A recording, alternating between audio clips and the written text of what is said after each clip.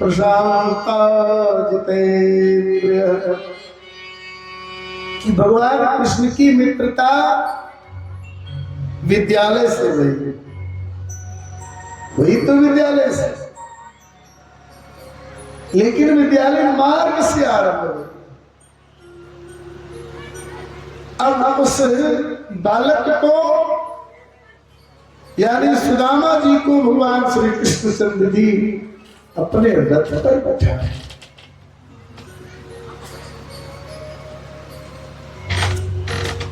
रथ पर बिठाए, रथ पे आरूढ़ किए और वहां से सीधे गुरुकुल की ओर चले। ऋषि संदीपनी के आश्रम में जाकर के गुरु जी से निवेदन किए कि हे गुरु जी, वसुदेव नंदन कृष्ण और बलराम आश्रम में प्रवेश करना चाहते, दोनों विद्या अध्ययन के लिए आए। विद्यालय के सारे नियमों को बतलाया गया और तीनों उस आश्रम में प्रवेश। गुरु जी नित्य पाठ पढ़ाते, नित्य विद्या अध्ययन कराते और आश्रम में सभी बालक सुखपूर्वक रहने। उस आश्रम का नियम बताया कि सुनो कृष्ण, जो विद्यार्थी पाठ स्मरण नहीं करता है उन्हें दंड मिलता है,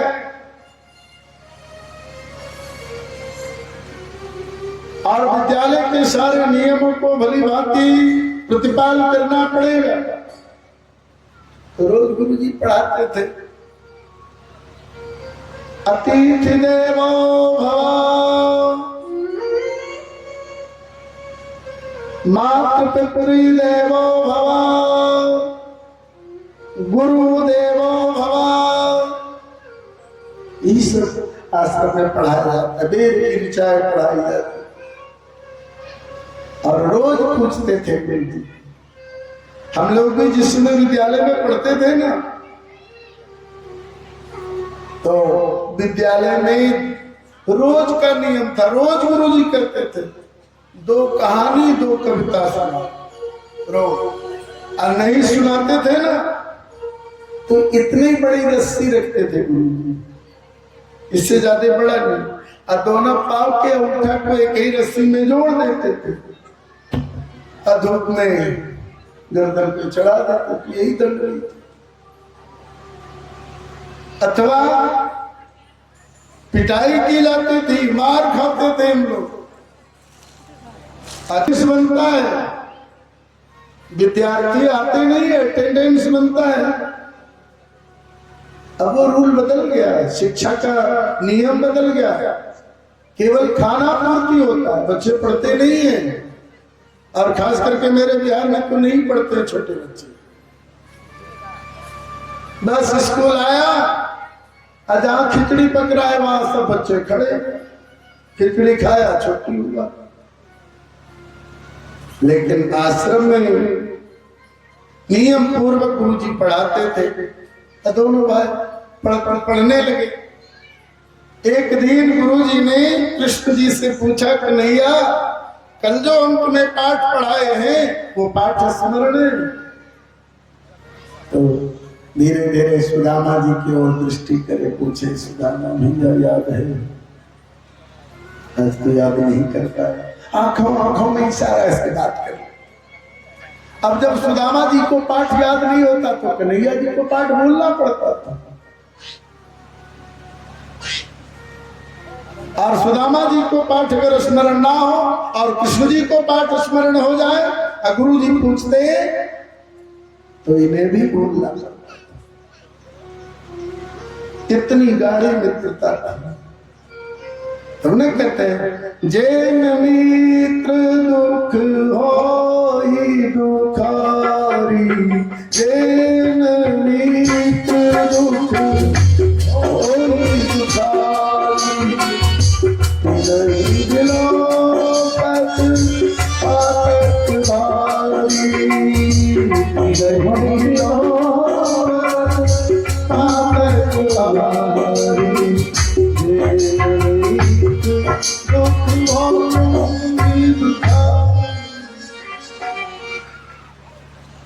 गुरु जी को अच्छा नहीं लगा, बोले कि तुम्हें पाठ देते हैं स्मरण करने के लिए, स्मरण नहीं करते हो, जाओ तुम्हें दंड मिला।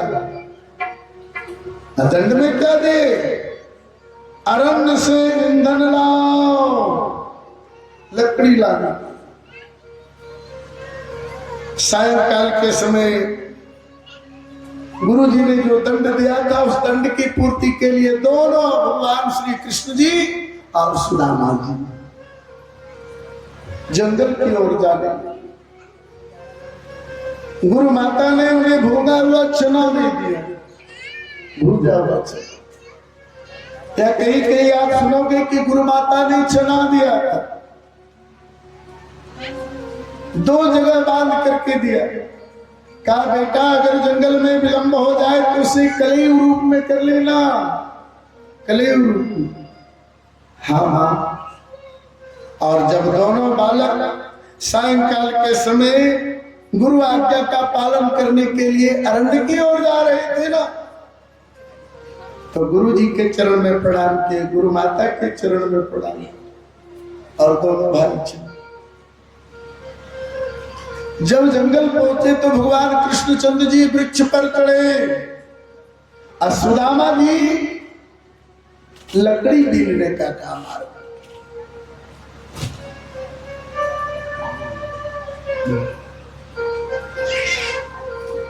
लकड़ी बीनने का कार्य।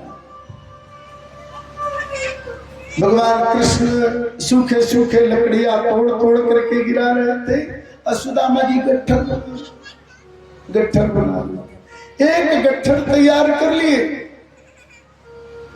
और दूसरे गट्ठर की लकड़ियां तोड़ी जा रही थी कि चारों तरफ से काली काली घटा घेर आई जंगल में, और वर्षा होती। वर्षा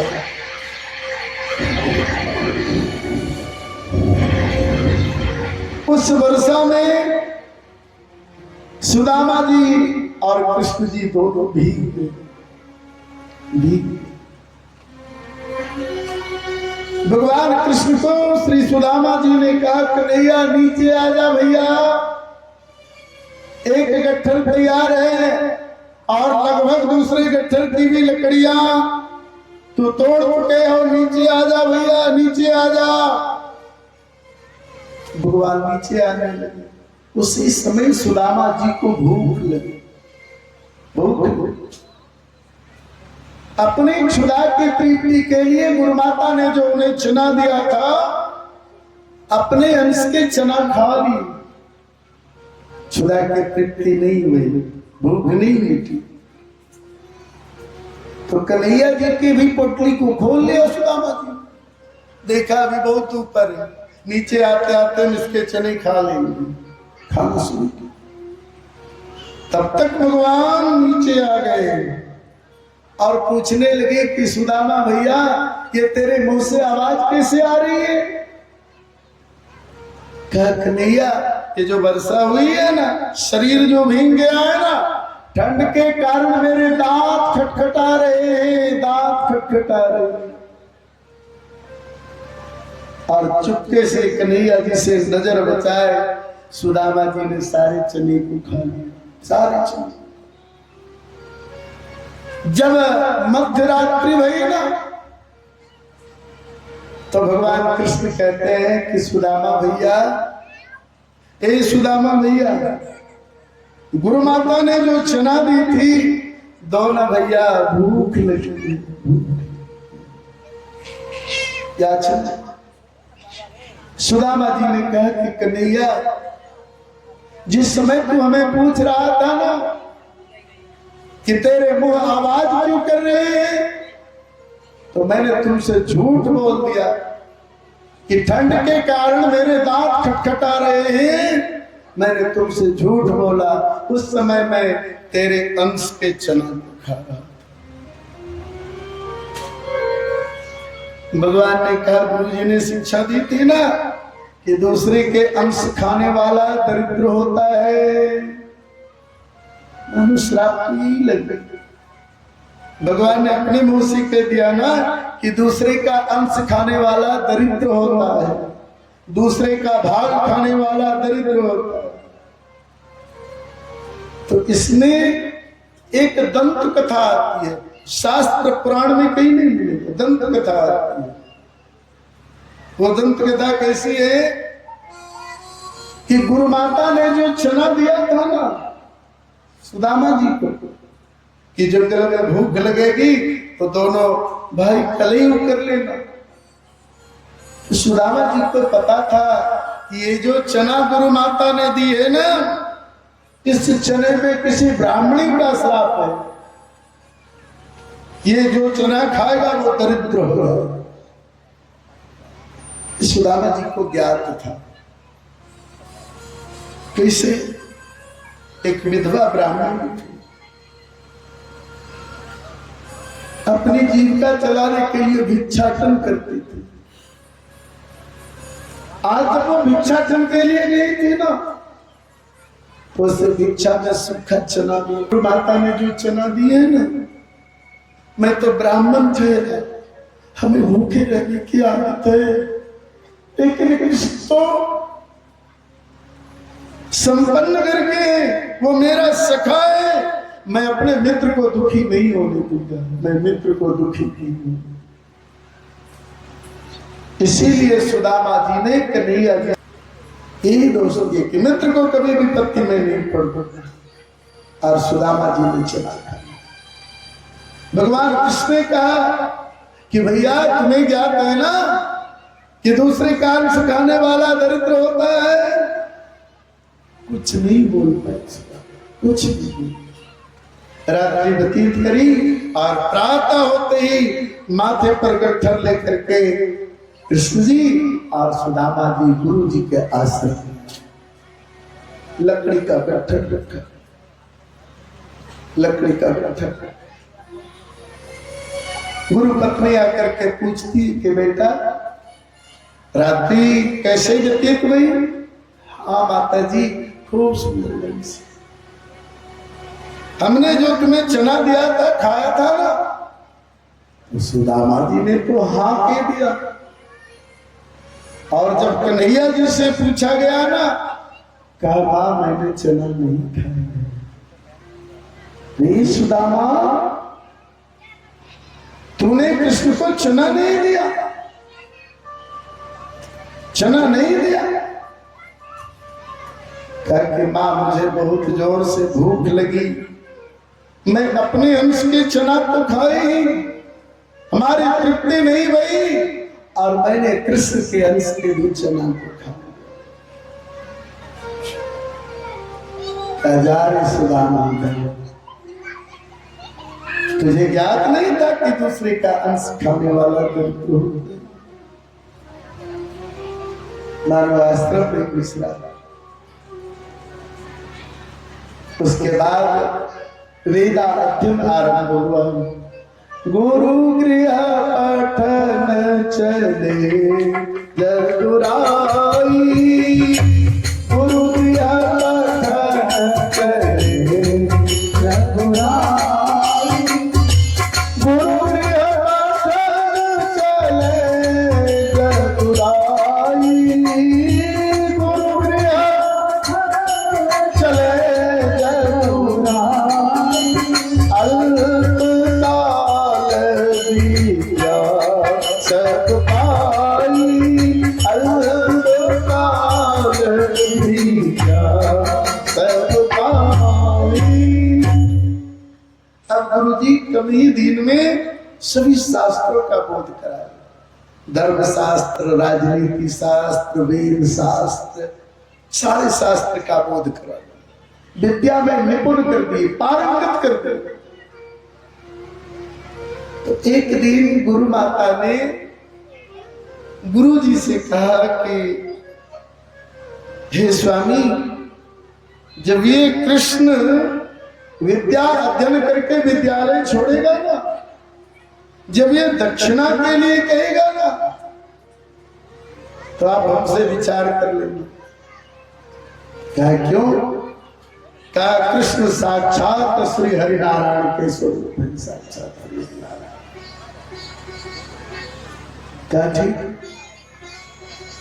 और जब ये आश्रम में विद्या अध्ययन कर लिए तो आज भगवान कृष्ण जी आते हैं ऋषि संदीपनी के पास कि गुरु जी, अब मैंने आपके आश्रम में विद्या अध्ययन कर लिया है, अब हमें घर जाने की अनुमति दी जाए। गुरु जी बताए दक्षिणा। ऋषि संदीपनी ने गुरु माता से विचार किया अपने पत्नी से कि कृष्ण दक्षिणा देना चाहते।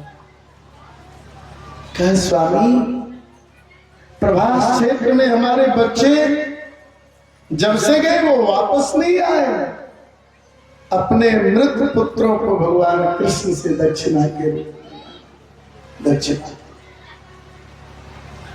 आकर के ऋषि संदीपनी कहने लगे कि कन्हैया, तेरी गुरु माता की इच्छा है कि प्रभास क्षेत्र में हमारे पुत्र मरे हुए हैं, वही मृत पुत्र को तो हमें दक्षिणा करें।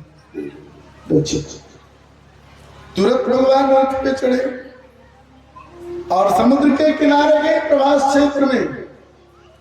समुद्र आकर के भगवान से कहने लगा कि भगवान, आप जिस उद्देश्य से आए हैं ना, यहाँ आपके गुरु जी का बेटा नहीं है, वो तो यमपुरी में है, यमपुरी में। समुद्र ने भगवान को 5,000 नामक शुल्क दिया और वहां से भगवान सीधे यमपुरी आएंगे। यमराज ने गुरुपुत्र को पहले से तैयार रखा था और जैसे ही भगवान आए ना, जैसे भगवान आए सारे गुरुपुत्र को ला करके दे दिए और वहां से भगवान रथ पे आरूढ़ करके जब ऋषि के आश्रम में पधारे और गुरु माता को मृत पुत्र दिए ना, भैया जब अपने पुत्र को जीवित रूप में पाए ना, हृदय से लगा करके कन्हैया जी को खूब आशीष, खूब आशीष। अब भगवान कृष्णचंद्र जी गुरु जी को दक्षिणा दे करके तो सुदामा की बारी है। सुदामा,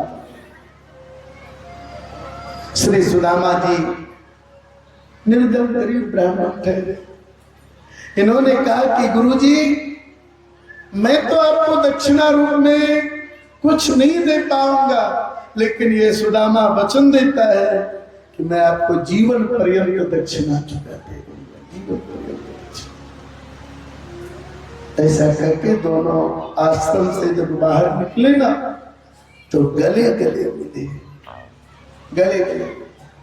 इधर द्वारिका में भगवान श्री कृष्णचंद्र जी का 16,108 विवाह संपन्न हुआ और सुदामा जी का विवाह सुशीला नाम की कन्या से हुआ। जीवन आरंभ। एक दिन सुशीला के सम्मुख उनके छोटे छोटे बच्चे जब आए ना, और माँ का आंचल पकड़ करके कि माँ भूख लगी है, कुछ कुछ रो पड़ी थी सुशीला, कुछ नहीं था घर में। इसी तरह से वो श्री सुदामा जी का जीवन व्यतीत होता था। एक दिन की घटना है कि श्री सुशीला जी सुदामा जी से कहने लगे कि स्वामी, ये दुख हम लोग कितने दिन तक सहन करें? क्या कभी भरपेट अन्न नहीं मिलेगा? क्या हम लोग कभी भरपेट अन्न नहीं खा सके? क्या कभी बच्चे को पूर्ण रूप से स्वस्थता के लिए भरपेट अन्न नहीं दे पाते?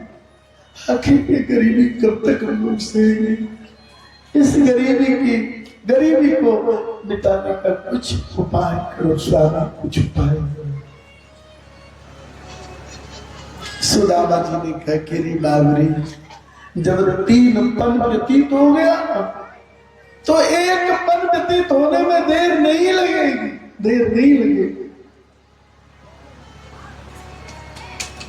भगवान कृष्ण द्वारका से देख रहे, वैसे भगवान ने कहा कि सुदामा तू कितना निष्ठुर है, एक बार भी मुझसे मिलने नहीं आया। इतनी विपन्नता सह लिए, दुख सह लिया, फिर भी तू मिलने नहीं आया। भगवान ने मिलने की जुक्ति अच्छी लगा।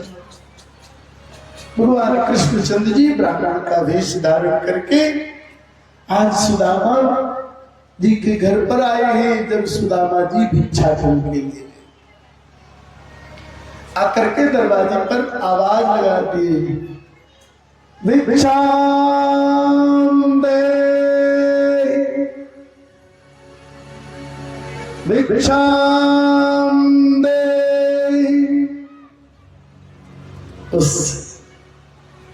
कुटिया से सुशीला जी निकली। ब्राह्मण को देख करके कहने लगी कि ब्राह्मण देवता, मैं आपको भीख नहीं दे सकती।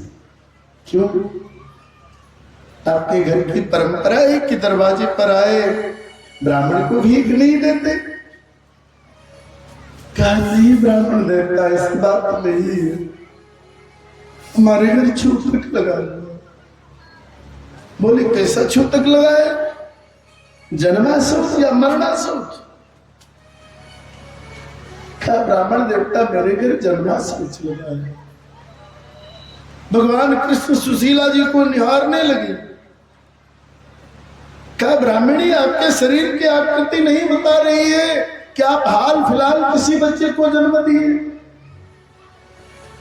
रो रो करके ब्राह्मण क्या हाल फिलहाल कोई बच्चे को जन्म नहीं दिए, लेकिन हे ब्राह्मण देवता मेरे घर दरिद्र रूपी पुत्र पैदा ले लिया है। मेरे घर को सदा सदा के लिए छूट।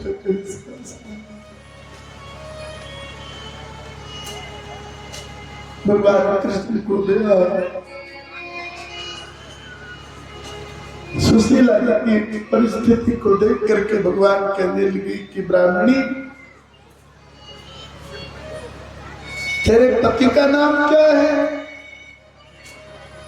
कहा मेरे पतिदेव का नाम सुदामा।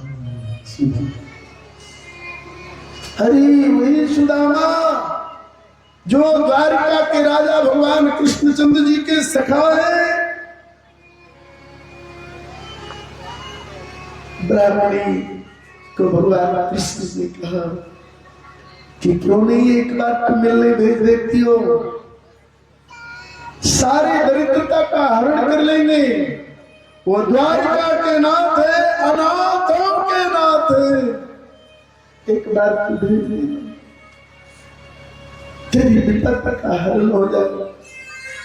और दुख में मित्र की सहायता लेनी चाहिए, परिवार की सहायता लेनी चाहिए। मित्र तो अपने कहेंगे।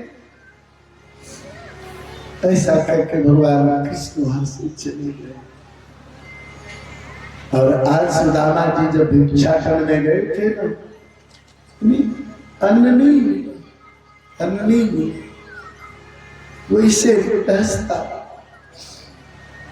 तो पत्नी सुशीला कहती है कि स्वामी, मैंने सुना है कि आपके मित्र द्वारका के राजा है। किसने कहा तुम्हें?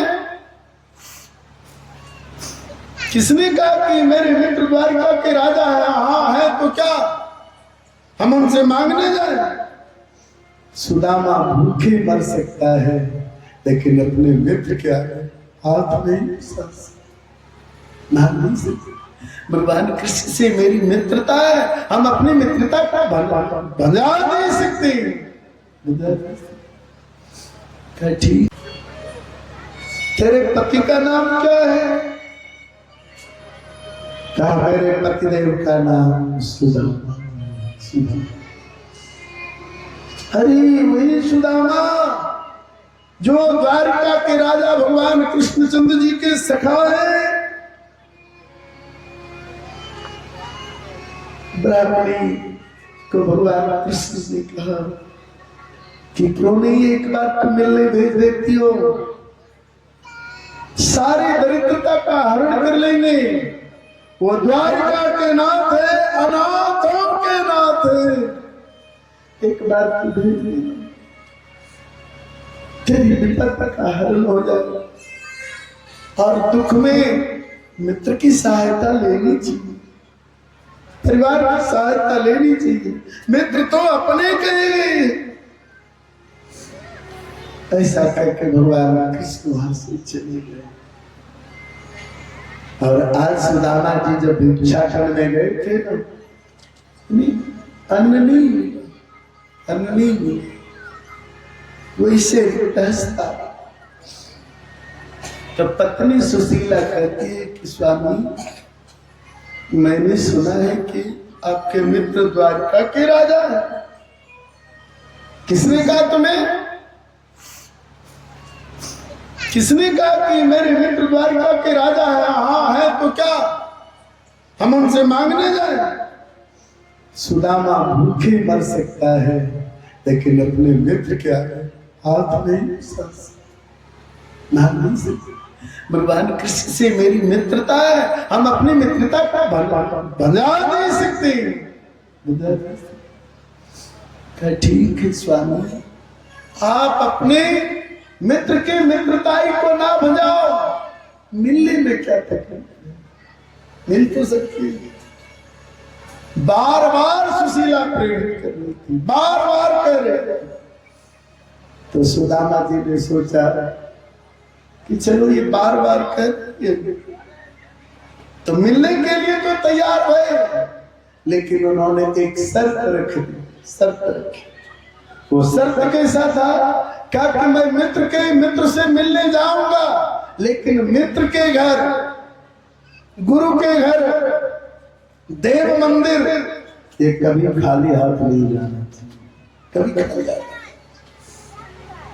कभी खाली हाथ। अगर मैं मित्र के घर मिलने के लिए जाऊंगा तो तू हमें संदेशा ला दे, तब मैं मित्र के घर जाऊंगा।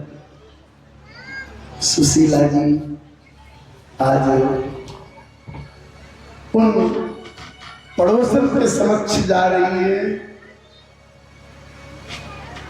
याचना करने, मांगने, विपन्नता मिटाने के लिए जा रही।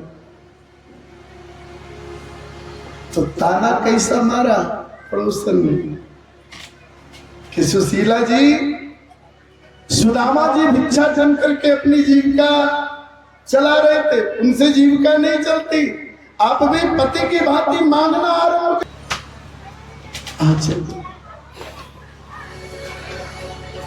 जय जय।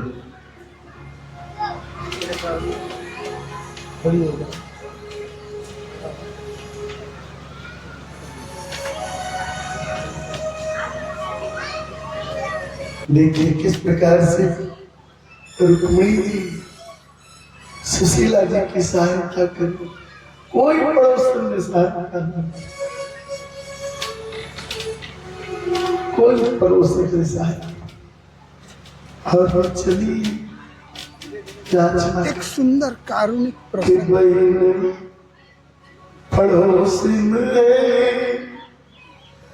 दया तंडूल मुट्ठी चार बहिन, पड़ोसी में दया तंडूल मुट्ठी चार बहिन,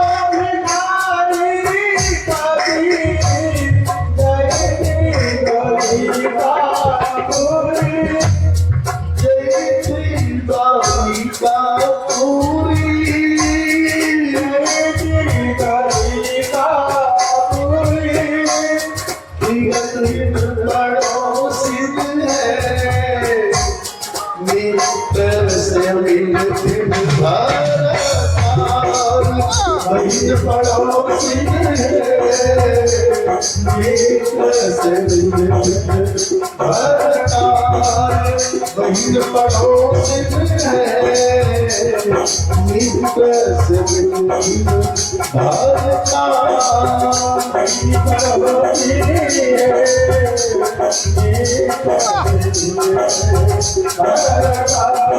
बहिन पड़ोसी बहिन पड़ोसी मोटी जान बहिन पड़ोसी है मोटी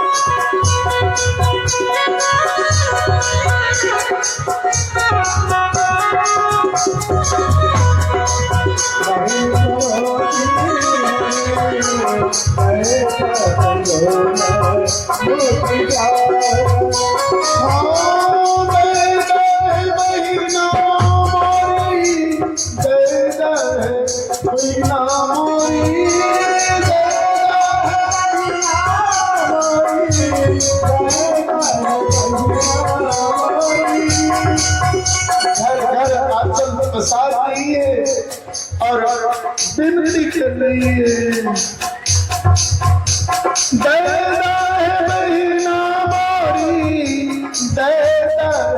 बहिना मोरी